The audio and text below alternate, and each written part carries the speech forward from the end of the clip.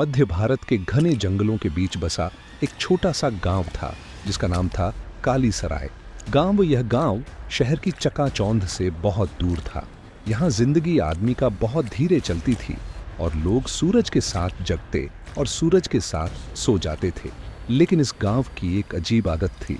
जैसे ही सूरज ढलता पूरा गांव अचानक सन्नाटे में डूब जाता। घर के दरवाजे सब बंद हो जाते, खिड़कियां भीतर से कसकर बंद कर दी जाती और गलियों में घूमने वाले कुत्ते भी जैसे अचानक गायब हो जाते। इसी गांव में उस दिन एक नया आदमी आया था। उसका नाम था आदित्य। वह शहर से आया हुआ एक युवा इलेक्ट्रिकल इंजीनियर था। सरकार ने उसे यहाँ भेजा था ताकि गांव की खराब बिजली व्यवस्था ठीक की जा सके। आदित्य को यह गांव थोड़ा अजीब लगा क्योंकि अभी शाम के सिर्फ 7 बजे थे, लेकिन पूरा गांव वैसे शांत था जैसे आधी रात हो। अरे यार, ये कैसा गांव है? सिर्फ 7 बजे हैं और ऐसा लग रहा है जैसे सब लोग गायब हो गए हों। कमाल है। वह अपने फोन को देखता है। नेटवर्क भी गायब। तभी अचानक पूरे गांव की बिजली चली जाती है। पूरा इलाका अंधेरे में डूब जाता है। आदित्य को थोड़ा गुस्सा आता है। वह अपने सरकारी क्वार्टर से बाहर निकलता है। थोड़ी दूर एक पुराने बरगद के पेड़ के नीचे कुछ गांव वाले बैठे दिखाई देते हैं। उनके बीच एक बुजुर्ग आदमी था, भोलाराम काका। गांव में सब उनका बहुत सम्मान करते थे। आदित्य उनके पास पहुंच जाता है। काका, ये रोज का क्या मामला है? मैं 3 दिन से देख रहा हूं, जैसे ही शाम होती है बिजली अपने आप चली जाती है। भोलाराम काका हल्का सा मुस्कुराते हैं। बेटा, शहर के लोग घड़ी देखकर चलते हैं, पर गांव वाले डर की आहट सुनकर। आदित्य चौंक जाता है। आपका क्या मतलब है काका? भोलाराम काका धीरे से बोलते हैं। यहां बिजली हम नहीं काटते, यहां की बिजली खुद बुझ जाती है। और यकीन मानो, इस अंधेरे में ही सबकी भलाई है। यह सुनकर आदित्य हंस पड़ता है। ये सब अंधविश्वास है। कल सुबह मैं उस पुराने सब स्टेशन को देखूंगा। शायद कोई तार ढीला होगा या ट्रांसफार्मर खराब होगा। यह सुनते ही वहां बैठे सभी लोगों के चेहरे का रंग उड़ जाता है। हंसी अचानक खामोशी में बदल जाती है। भोलाराम काका गंभीर आवाज में कहते हैं, बेटा, उस रास्ते को लोग मौत का दरवाजा कहते हैं। वो रास्ता उस पुराने कुएं के पास से होकर जाता है, जहां कई साल पहले एक दर्दनाक हादसा हुआ था। आदित्य अब थोड़ा चिढ़ जाता है। काका, मैं यहां डरने नहीं, काम करने आया हूं। कल सुबह मैं वहां जाऊंगा और देखना, शाम तक पूरा गांव रोशनी से जगमगाएगा। यह कहकर आदित्य वहां से उठ जाता है। वह सीधे अपने क्वार्टर में लौट आता है। बाहर हवा तेज होने लगती है। खिड़कियों के शीशे खड़खड़ाने लगते हैं। आदित्य बिस्तर पर लेट जाता है, लेकिन उसे नींद नहीं आती। उसे बार बार ऐसा लग रहा था जैसे कोई नंगे पैर उसके कमरे के बाहर चल रहा हो। आदित्य अचानक उठ बैठता है। वह दरवाजा खोलता है, लेकिन बाहर कोई नहीं होता। सिर्फ दूर कहीं एक अकेली जलती हुई आग की लपेटें हवा में हिल रही होती है। आदित्य वापस कमरे में आकर लेट जाता है, लेकिन तभी उसे एक बहुत ठंडी फुसफुसाहट सुनाई देती है। साहब, मेरी माँ मरने वाली है। आदित्य हड़बड़ाकर उठ जाता है। कमरा खाली था, लेकिन तभी दरवाजे पर 3 धीमी दस्तक होती है। आदित्य का दिल जोर से धड़कने लगता है। वह कांपते हाथों से दरवाजा खोलता है। दरवाजे के बाहर एक युवक खड़ा था। उसका चेहरा असामान्य रूप से सफेद था, जैसे उसमें खून की एक बूंद भी ना हो। साहब, मेरा नाम विक्रम है। मेरी माँ मरने वाली है, कृपया मेरे साथ चलिए। आदित्य को अचानक भोलाराम काका की बातें याद आती हैं, लेकिन एक बेटे की बेबस आवाज सुनकर उसका दिल पसीज जाता है। उसे नहीं पता था कि वह जिस रास्ते पर चलने वाला है वह रास्ता सीधे मौत के ट्रांसफार्मर तक जाता है। तुम्हारा घर यहां से कितनी दूर है? विक्रम धीरे से जवाब देता है। चलिए, बस थोड़ा सा आगे, जंगल के उस पार। आदित्य टॉर्च उठाता है और विक्रम के साथ चल पड़ता है। गांव की आखिरी कच्ची गली पार करते ही चारों तरफ घना अंधेरा फैल जाता है। हवा अब और ठंडी हो चुकी थी।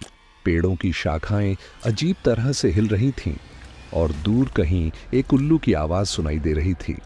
लेकिन कुछ कदम चलने के बाद आदित्य को एक अजीब बात महसूस होती है।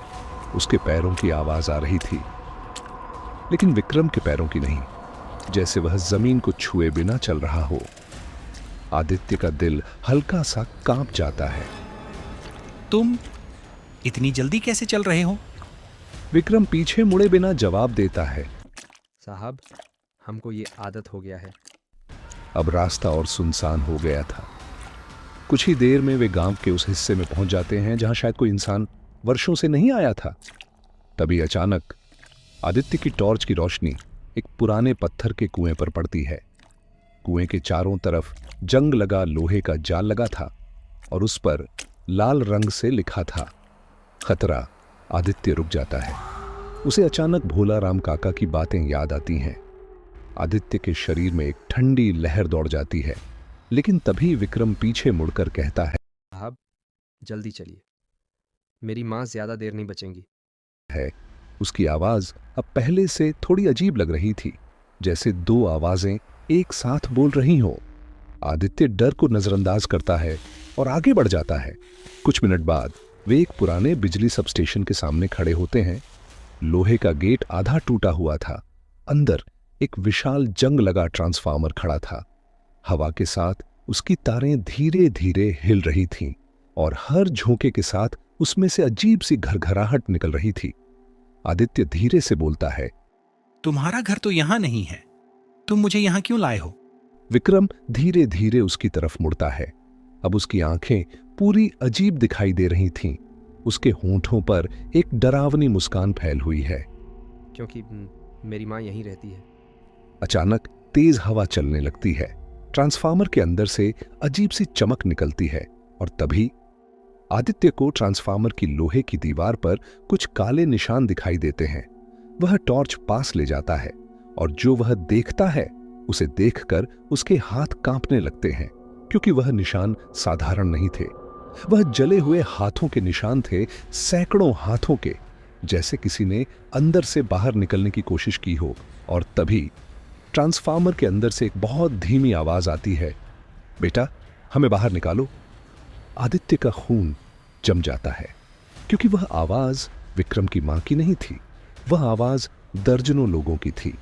और तभी विक्रम धीरे से मुस्कुराता है। आप बहुत देर से आए हैं, अब आप भी यहीं रहेंगे। आदित्य अब समझ चुका था कि वह बहुत बड़ी गलती कर चुका है। जिस लड़के को वह अब तक एक बेबस बेटा समझ रहा था, वह असल में इंसान नहीं था। और जिस ट्रांसफार्मर के सामने वह खड़ा था, वह सिर्फ एक मशीन नहीं था, वह एक कैद खाना था, जहां कई सालों से कुछ भयानक कैद था। ट्रांसफार्मर के अंदर से आती दर्जनों आवाजें अब साफ सुनाई दे रही थीं। हमें बाहर निकालो, हमें बचाओ, हमें यहां से निकलने दो। आदित्य के हाथ से टॉर्च लगभग गिर ही जाती है। उसका दिल तेजी से धड़कने लगता है। ये क्या है? ये आवाजें कहां से आ रही हैं? विक्रम धीरे धीरे उसकी तरफ बढ़ता है। उसके चेहरे की मुस्कान अब और भी डरावनी हो चुकी थी। को सच जानना है तो सुनिए। अचानक हवा और तेज हो जाती है। पुराने सबस्टेशन की टूटी दीवारें चरमराने लगती हैं और तभी विक्रम बोलना शुरू करता है। आज से 15 साल पहले इस गांव में एक बहुत बड़ा हादसा हुआ था। यही ट्रांसफार्मर फट गया था। उस रात यहाँ काम कर रहे 6 बिजली कर्मचारी जिंदा जल गए थे। आदित्य का गला सूखने लगता है। तो ये आवाजें उन्हीं की हैं? विक्रम हल्का सा हंसता है। नहीं साहब, वह तो सिर्फ शुरुआत थी। आदित्य की रीढ़ में सिहरन दौड़ जाती है। उस हादसे के बाद जो भी इस ट्रांसफार्मर को ठीक करने आया, वह कभी वापस नहीं गया। आदित्य को अब सब कुछ समझ आने लगता है। गांव वाले शाम होते ही बिजली क्यों बंद कर देते थे? क्यों कोई भी इस रास्ते पर नहीं आता था? क्यों भोला राम काका ने उसे रोकने की कोशिश की थी? लेकिन तुम यहां क्या कर रहे हो? विक्रम की मुस्कान अचानक गायब हो जाती है। उसकी आंखें अब और भी अजीब तरह की दिखने लगी थी। मैं इस ट्रांसफार्मर का पहला शिकार हूँ। मैं वही लड़का हूँ जिसके पिता उस हादसे में मरे थे। और उसी रात मैं भी यहाँ मर गया था। यह सुनकर आदित्य के पैरों तले जमीन खिसक जाती है, लेकिन इससे पहले कि वह कुछ समझ पाए, अचानक ट्रांसफार्मर के अंदर तेज बिजली चमकती है, एक जोरदार आवाज गूंजती है और तभी ट्रांसफार्मर की लोहे की दीवार धीरे धीरे कांपने लगती है। अंदर से सैकड़ों हाथ लोहे पर जोर जोर से पड़ने लगते हैं। धड़ धड़ धड़, जैसे कोई बाहर निकलने की कोशिश कर रहा हो। हमें बाहर निकलना दो, हमें आज़ाद करो, हमें एक और चाहिए। आदित्य अब पूरी तरह डर चुका था। वह पीछे हटने लगता है, लेकिन तभी विक्रम उसका रास्ता रोक देता है। आदित्य की आंखें फैल जाती हैं। नहीं, मैं यहां से निकल जाऊंगा। वह मुड़कर भागने की कोशिश करता है, लेकिन तभी अचानक ट्रांसफार्मर की एक मोटी बिजली की तार सांप की तरह हवा में उठती है और बिजली की चमक के साथ सीधे आदित्य की तरफ लपकती है। जटाक! आदित्य जमीन पर गिर पड़ता है। उसका शरीर सुन्न हो जाता है। जमीन पर पड़े पड़े आदित्य आखिरी बार ऊपर देखता है। विक्रम उसके सामने खड़ा मुस्कुरा रहा था। चिंता मत करो साहब, अब आप अकेले नहीं रहेंगे। अब से आप भी इस ट्रांसफार्मर के नए रखवाले होंगे। और उसी पल ट्रांसफार्मर के अंदर एक नई आवाज गूंजती है। काली सराय गांव के लोग सूरज ढलते ही अपने घरों में क्यों बंद हो जाते थे? उस रात आदित्य को इसका जवाब मिल गया, लेकिन सच इतना डरावना था कि अगर वह बच भी गया तो शायद वह इसे किसी को बता नहीं पाएगा, क्योंकि उस ट्रांसफार्मर में सिर्फ आत्माएं ही कैद नहीं थीं, बल्कि कोई उन्हें जानबूझकर कैद करके रख रहा था। आदित्य जमीन पर गिरा पड़ा था। उसका पूरा शरीर सुन्न हो चुका था, लेकिन उसकी आंखें खुली थीं और वह सब कुछ देख पा रहा था। पुराना ट्रांसफार्मर अब अजीब तरह से चमक रहा था।